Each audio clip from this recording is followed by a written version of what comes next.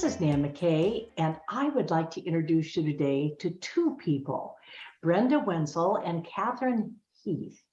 Now, Brenda and Kathryn both are former leaders in the banking industry, and they have coached hundreds of executive women for decades and are the co-authors of I Wish I'd Known This, 6 Career Accelerating Secrets for Women Leaders. And they're going to tell us all about what is your, and I hope I can say this right, reputationality, which I think is a combo of reputation and personality, but we'll find out. So welcome, Brenda and Kathryn. Thank you. Thrilled to be here. We all know that women's career paths are just notoriously fraught with hazards like the gender gap, pay gap. We've got the lack of workplace advocates, the C-suite underrepresentation. And then to make things worse, I think women unwittingly fail to see and manage the obstacles that obstruct their job progress. And they can wind up just drifting through their careers. So I want to know, how are you two empowering women today? Brenda's going to talk about this, and I'm going to add in. Well, Nan, it's a great thing to think about these days, because that's really what we do every day. We have a little slogan, and we talk about moving women forward faster, and it's the entirety of our work. And I will say Kathryn Heath was a woman who empowered me for many, many years, and she's still doing it every day. She doesn't know it all the time, but we lift each other up. And there are 2 levels that we think about when we think about empowering women in our work. And it's number 1, individual level. You talked about us being executive coaches, and we are. And we coach women one-on-one, wherever they are in the world, at whatever level they might happen to be playing in an organization, and then whatever agenda that they have, whatever challenges that they're dealing with. And that's where I wish I'd known this came from, because in the work with women at the individual level, we would get to the end of many sessions and women would say to us, I wish I'd known this 10 years ago, or I wish I'd been focused on this 20 years ago or 5 years ago. And so it's these nuggets of wisdom that is really gathered by a lot of history and scar tissue from all of us that we focus on women individually in our coaching sessions. So that's the first way we do it. The second way, we do it is at the organizational level. And Kathryn's had enormous history in the organizational approach, and it's a significant part of our work, because it creates that pull for women to the organization, whereas the individual work is more of the push. So Kathryn, I don't know if you want to talk about the organizational piece, but it's huge. Yeah. What Brenda and I believe is the world would be a better place if there were more women leaders. And that's why we work at both levels, both the individual and what we call the systems or the organization. And we work with organizations, we do assessments. Is your culture getting in the way? Are there norms and mores that block women or create headwinds for women? And can you take them out? And just holding a mirror up to organizations, just like we do to individuals, to say, here's what's going on. Is this what you meant to have going on? And this is how it's causing problems. And we feel like both the individual and the group work gives that lift and helps empower women. And that's why we wrote the book, is that in our coaching, we found that there were blind spots that women had. I mean, we all have blind spots, and we felt like we had to put them out in the light of day, and they're not blind spots anymore when you put them in the sunlight. And so that's what the book is about. That's interesting. Now, you both actually have leadership roles in the leadership acceleration practice at Bravanti. Tell us a little more about Bravanti. Yeah, well, I love to start with the name when I think about this organization, because it speaks to the work Kathryn and I do and have done for so long. The word is actually a mashup of 2 different ways of thinking. One, Bravanti stands for being brave. Being brave about your career. And that's one thing that we always say is be brave and go bold, aim high, those kinds of words. And it's also the other part of it is the Italian phrase of Avanti, which is to go fast, to go forward faster. So bravely going forward faster is really the essence of the title of our company, the name of our company. And we do a number of things, but it's all really focused on elevating talent, elevating leadership, elevating individual impact. And one way we do that is through what Kathryn and I do, which is working with organizations on advancing pipelines of women in their culture, helping women become more impactful as they stand alone in that culture. And so we do a lot of programmatic work around that, workshops, programs, individual coaching.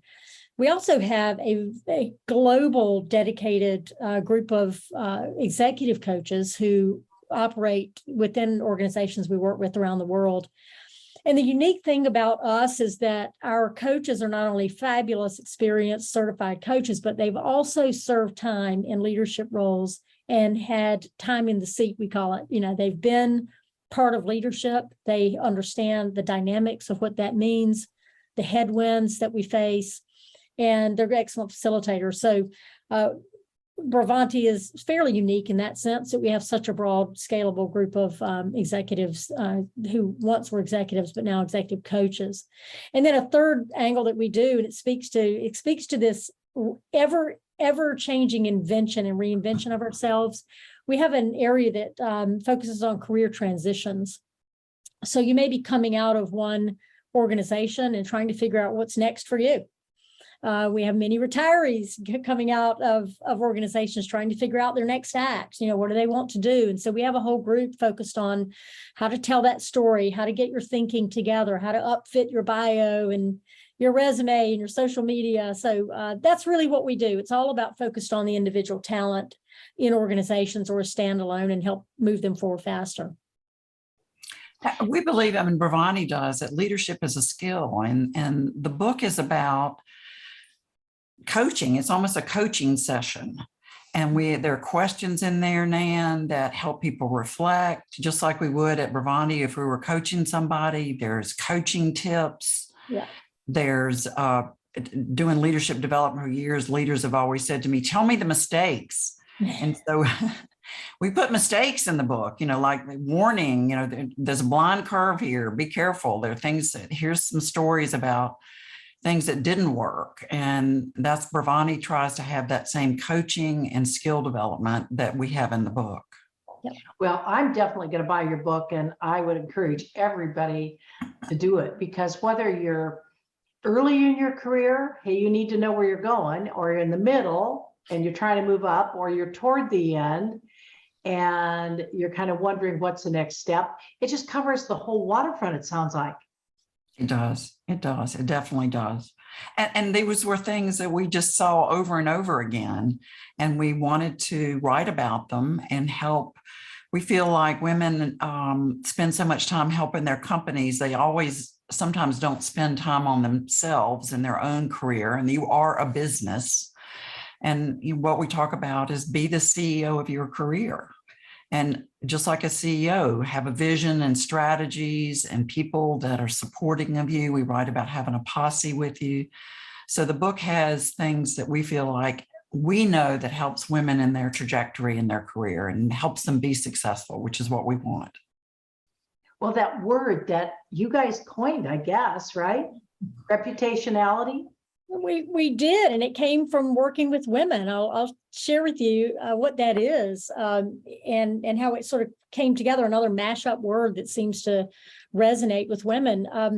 You know, there's this phrase that comes from the marketing world about a brand, you know, a brand and a brand identity, and that's used often to describe products and companies and things like that. But it's also, you know, been more and more popular to describe individual reputations. And so what we have learned in our work with women is that when you talk about a personal brand, there's often this reflex of, do I really have to do that? Shouldn't everyone know what I do? I've been here a long time. If they don't know what I do by now, you know, that's not my problem, kind of thing. but also this other this other reaction that says, you know what, I'm not going to change who I am to fit into, I'm not going to be inauthentic to fit into an organization. So there's this disconnect of an authentic brand, if you will. And so the way we've tried to come at it is in the book that we talk about in the book, I Wish I'd Known This, there's a chapter that we call Reputationality. And we describe it as you're known for something, and you have to be known for something. The trick is you've got to know that are you putting out in the world what you wish to be known for, or do you have this reputation by default? And so the word reputationality is all about your credentials, your reputation, why people call you, what's your unique skill set that you're offering, combined with your personality. Who are you at your core? What are your value systems? What's important to you? How do you show up? And, all of those things that make us differentiated because we're individuals. And what we coach on is if you put those two things together, what you get is something really powerful and unique, and something you don't have to force fit yourself into. It's something that you are living into. And this one piece of the book is so foundational, and it speaks to me as much as any of the other chapters, because having that identity and continuing to evolve that identity throughout your whole career, from when you start to changing it up, adding to it, emphasizing parts of it that are relevant at a certain time. That's the most critical thing we can do. If you could focus on one thing, if I wish I'd known this 30 years ago, it would be to spend more time on my reputationality. What is my reputation and my credentials, and who am I, and what is it that I bring uniquely to the marketplace and to the organization I serve? And I think we can develop that reputation in a sense within an industry. And we kind of think, oh, well, everybody knows me, or everybody knows what I can do and what I have done. But on the other hand, that is not always just the pond that you're fishing in. Sometimes that pond changes and nobody knows you. And then how do I leverage what I had before? Is that part of what you're talking about? Yeah. Yeah. I mean, we want women, and as Brenda says, you evolve, you reinvent yourself, the pond changes. And you just have to be intentional about, what am I known for, and how do I want to blend that with my reputation? What we say to women all the time is, know what they say about you when you're not in the room. Mm-hmm. And is that what you want? And if it is, great. But they're talking about you, and you have a brand and you have a personality. So know, like Brenda and I have a colleague, and her credentials are, she's a really good coach. She's a designer. She's a strong facilitator, and she's incredibly warm, and she connects with people in a profound way. And so her reputationality, her, what she can do, and her personality blend. And so when people talk about her, when she's not in the room, that's what they talk about. And if that's what she wants, great. If it's something different, she's got to reinvent herself. Yep. I'm curious about this. You're probably familiar with the DISC profile or something like that, aren't you? Yeah, we are. So when we say the blend of reputation and personality, are we talking about like our strengths and behavioral styles and those kinds of things as well? Yes, I think you are. I mean, I think what we believe is great careers are built on strengths, just like great companies are built on strengths. And you've got to figure out what yours are, who you are and who you aren't, and use that to propel your career, because we want to see women get promoted. That's what we want. We want them to be in seats of power and the seats they want to be in. And so they've got to know this. So who primarily would be your target audience? Would it be career women climbing the ladder, women transitioning to another career, women interested in going into business, women nearing retirement? Have you got a target audience, or is it all of the above? It's all of the above. And I say that carefully, because as we were writing the book, I wish I'd known this, we were we were trying to get very clear, and we could see our audience very clearly as we were writing. And it is all of the above, Nan, that you just said. But really, if you step back from it, it's women who want to make a bigger impact. And so they might be professional women, or they may have a different focus. But it really is about how can you be more impactful? How can you be more intentional and deliberate with your career or your future direction, or the world around you that you want to impact? And so, yeah, the audience. And interestingly, as we began to talk about this topic and these patterns, just before the pandemic hit, we were talking to mixed audiences. There were men and women in the audience, and it resonated with men as well, these topics. But, we're very clear that I wish I'd known this, the six accelerating ideas here came from our work with women. Interestingly, though, our audience it kind of resonates with men as well. So yeah, it's a broad audience. We were surprised at how broad the audience kind of became as we fleshed the ideas out.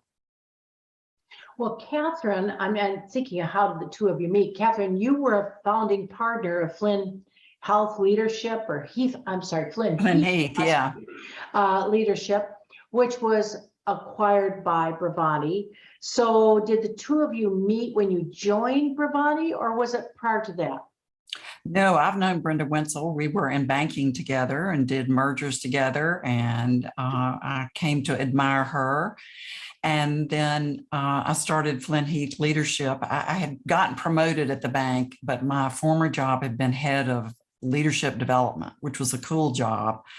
And I thought, oh, I like this promotion, but I really want to go back and do leadership development work. So started this firm and called up Brenda, and she was around, and recruited her to come work with us. And so it's been wonderful to work with her. And one of the things with this book, we had this idea of writing this book down. And one of the quotes we use in the book is, anything you can imagine, you can create. And so we had this idea. So it's an Oprah Winfrey quote. I love it. We had this idea that we had to put down what we'd seen. And we felt like if we helped one woman or a lot of women, thousands of women, that we had to put it down so that other women wouldn't make some of the mistakes we'd made or we see other people make. And Nan, I'm gonna add the other half of that equation to how we met and worked together. And we did work in the financial services environment a long time together. And I always admired Kathryn's work, and not just what she did, but the way she did it, how powerful she was and impactful she was. And so as our paths went in different directions over those years, I wouldn't let her go. Every now and then I'd drop her a line, or I'd call her up and ask her for a cup of coffee. And I went away to work in Washington, D.C. for some period of time. And it was during those years that we found each other again on LinkedIn and stayed connected. And so I say that because this is so critically important for women to do, is to find those role models that they admire and want to work with, and be bold about going to find them. I didn't stalk Kathryn, but I sure stayed in touch with her.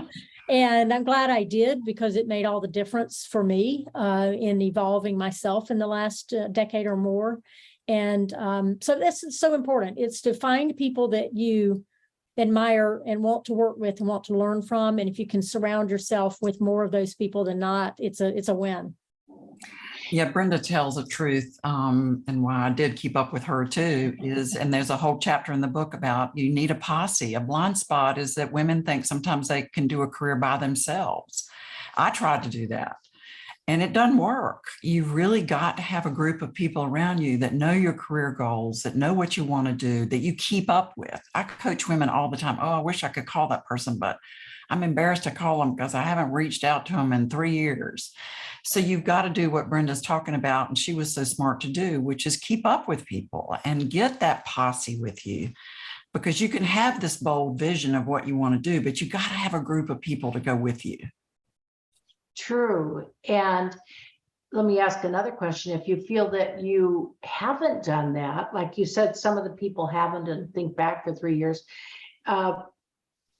can you still do that at any age, at any time?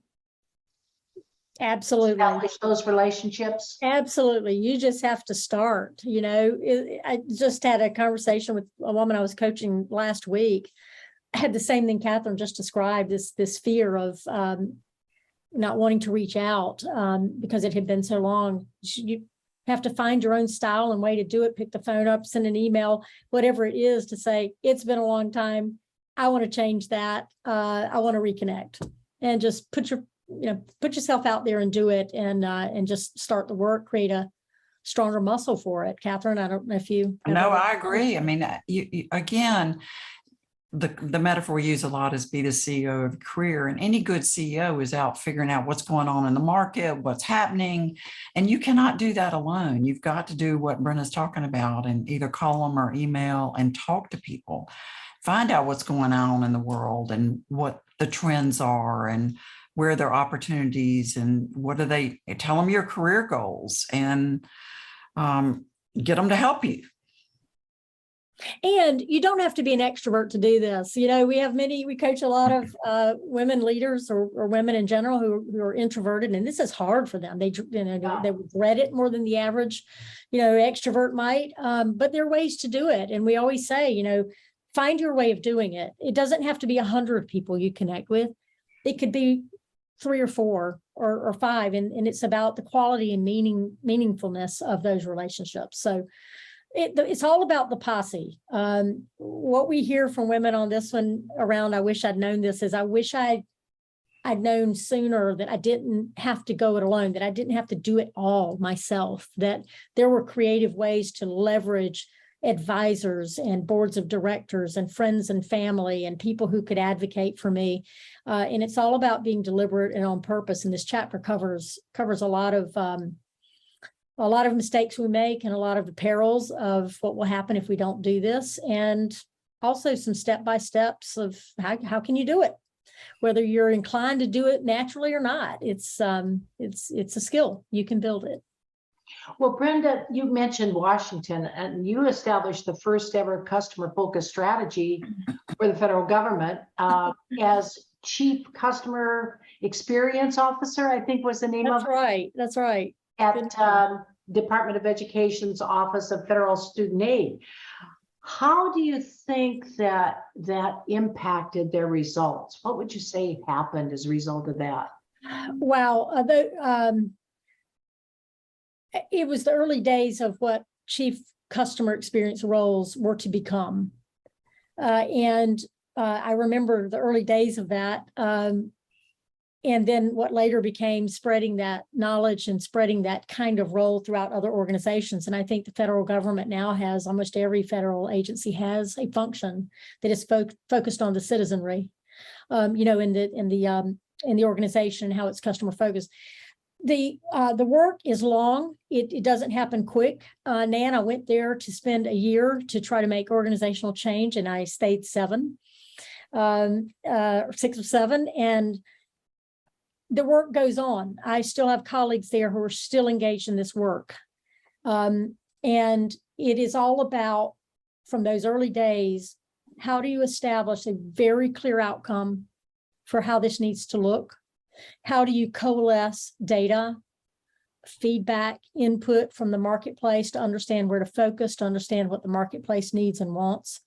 How do you create the allies around these initiatives that need to happen and socialize them in a very complex organization, which is our federal government, and make change happen, which can be slow, but for very good reasons.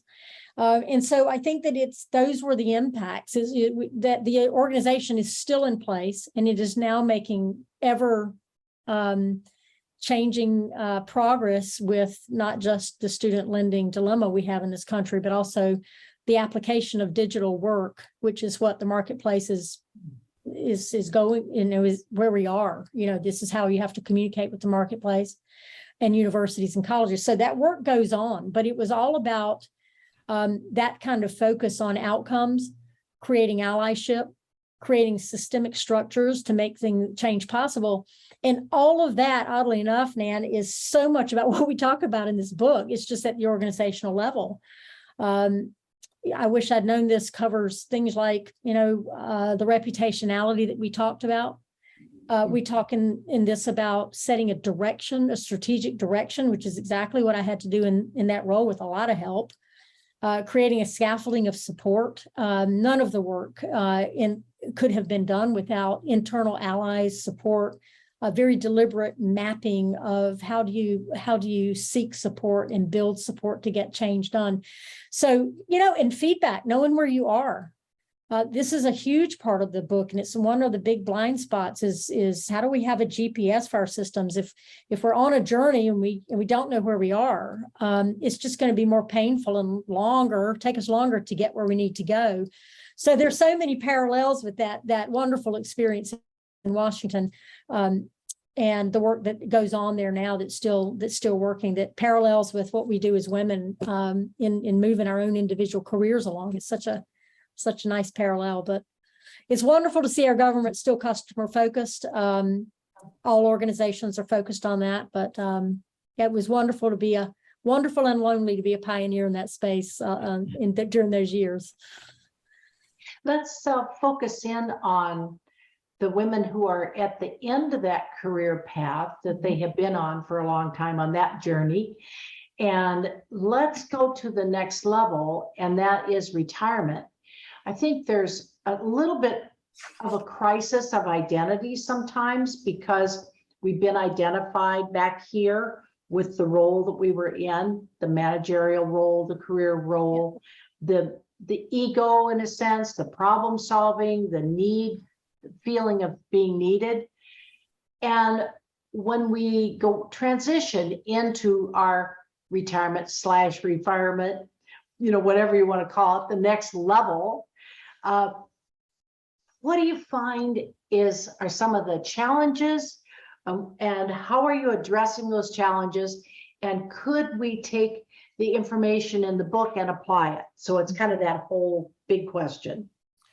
Well, one of the things I think retirement's not a good word because you have all this capacity and intellectual learning and scar tissue that you have and wisdom. And I think what you have to do, what we talk about in the book, is think about it as evolution, like Serena Williams had, or you use the word refire. What is it you're going to be your next chapter? And there's a quote in the book, figure out who you are and do it on purpose. I mean, now so good old Dolly Parton. And what we want is in this next chapter, this next phase, the next evolution is figure out what your strengths are and how can you use them and create a new identity.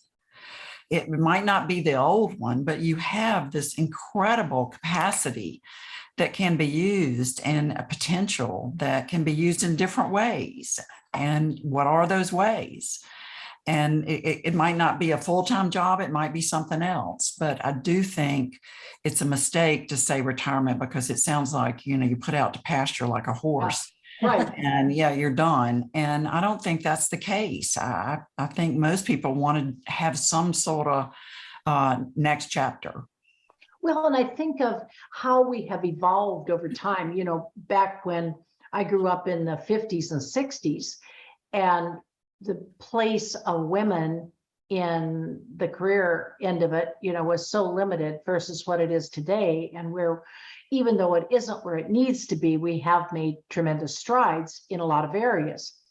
So I'm thinking, how do we capitalize on the thinking of self-confidence, of wanting to get to that next chapter and actually moving to the next chapter, which I think is what you're covering in the book, and use those principles like Serena or like whomever to say, where do I want to go from here and how in the world am I going to get there? Because we don't know how long that road is.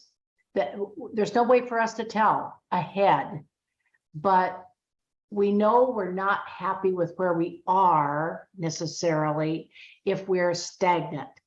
So how do we build that self-confidence it's okay to take the next step? Analyze where you are, who you are.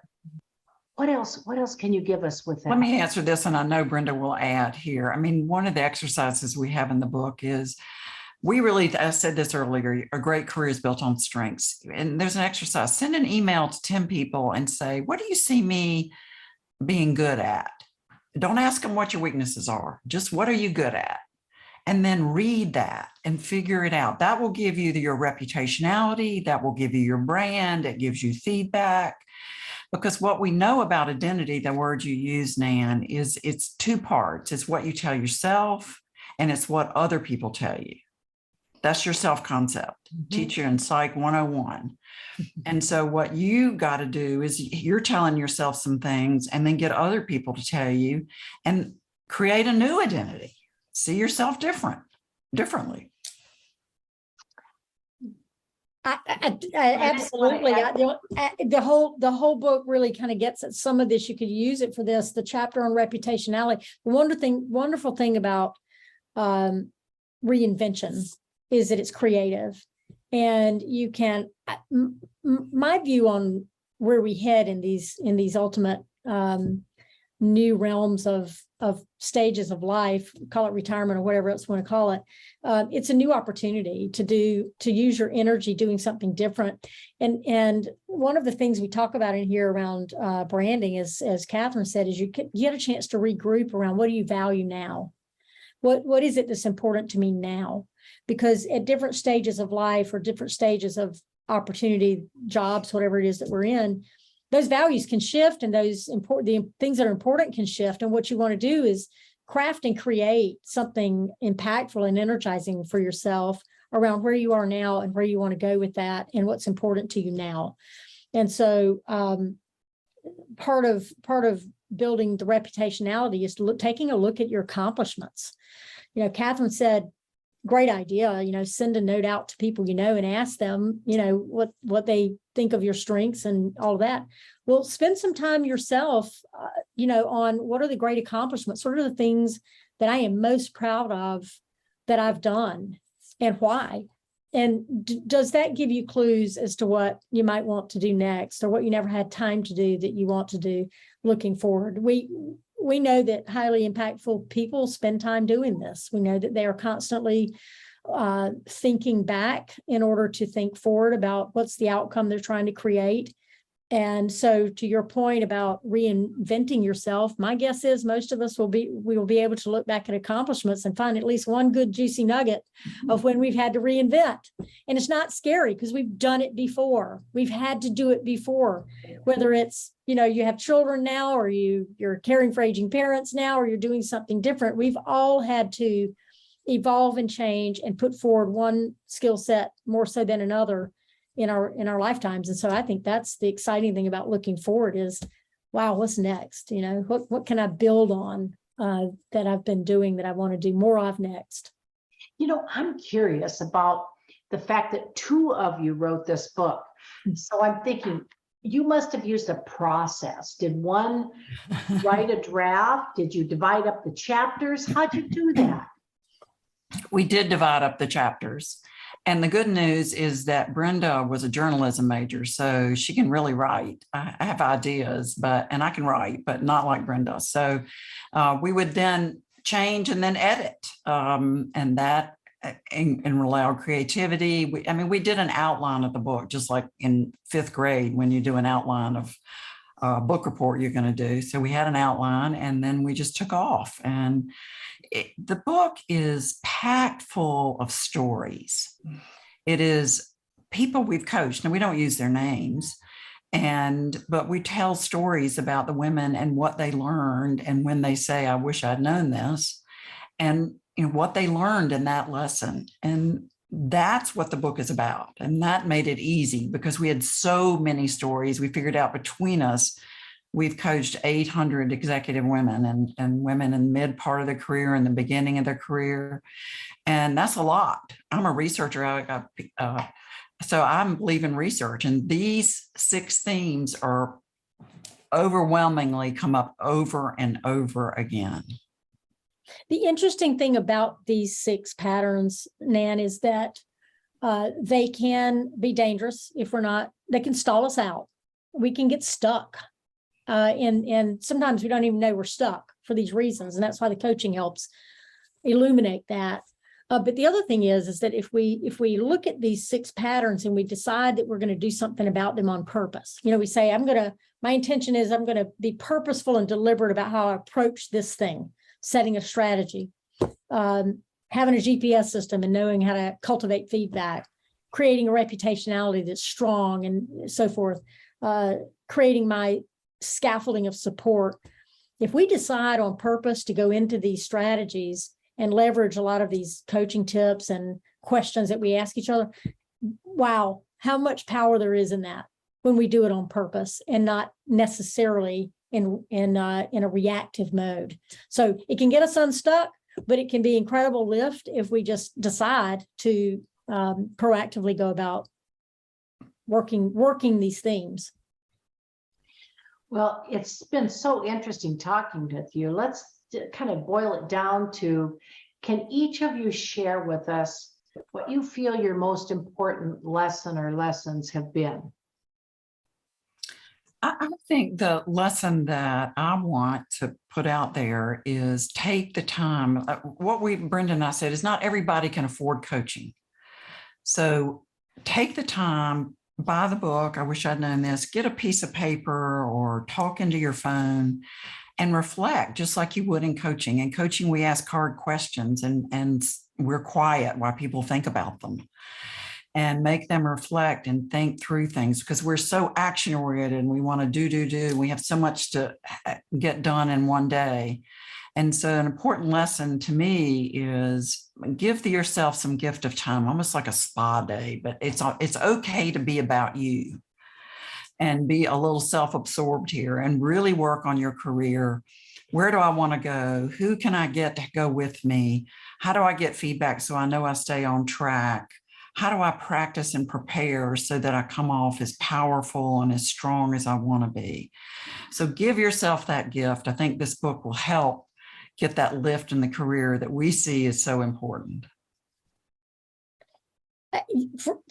Amen, Kathryn. And for me, it's very similar. I wish I'd known this. All of these 6 themes are lessons that I've learned, and it just took me longer and it was a harder lift. I wish I'd had a coach in a book like this asking those hard questions. And I think it's the biggest lesson here, which we can leverage, is decide to be on purpose, decide to own it, decide to own your career, own your life, whatever dimension you might be in at the time, and create 1 or 2 strategies that you're willing to stick with and push forward for your impact, for your greater good. So be deliberate, be on purpose. The lesson learned for me is I should have been selfish a lot sooner and a long time ago. And now's a great time to do it. It's never too late.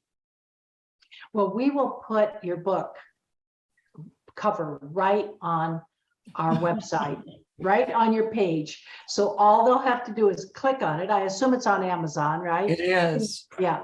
So all they'll have to do is click on it and be able to buy it right then. And it sounds like everybody who listens to this should get a copy of it. So if you have anything else you'd like to share with us before we finish? No, just thank you for what you're doing to help women, and we appreciate that. Well, we do, Ann, and you're going to be another one of those women we don't let go of. So it's what a pleasure to meet you. I'm inspired by what you're doing as well, and so thank you for inviting us. It was a real pleasure. And thank you for being our guests.